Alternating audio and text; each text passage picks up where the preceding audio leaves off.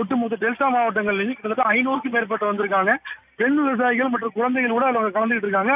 அவங்க என்ன டிமாண்ட் வைக்கிறாங்கன்னா, வங்கிகள் நகைக்கடன் வந்து பழைய நடைமுறையே நமக்கு மீண்டும் தரணும், மறுபடியும் இந்த சட்டத்திட்டத்தை மாற்றும் சொல்லியிருக்காங்க.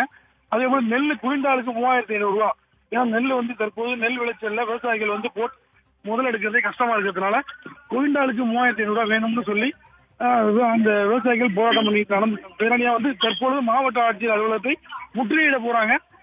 தற்பொழுது அவர்கள் வந்து ஒரு பேர் இறந்து போன மாதிரியே வச்சு அவர் அந்த உருவத்தை பிரேதமா கொண்டு வந்து விவசாயிகளுடைய நிலை இவ்வாறு தான் இருக்கிறது.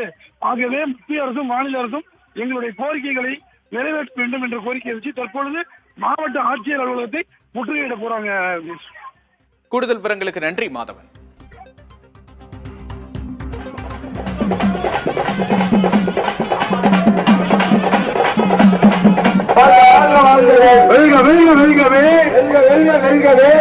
போராட்டம் வெல்கவே, வெல்லட்டும் வெல்லட்டும் வெல்லட்டும் வெல்லட்டும் போராட்டம்.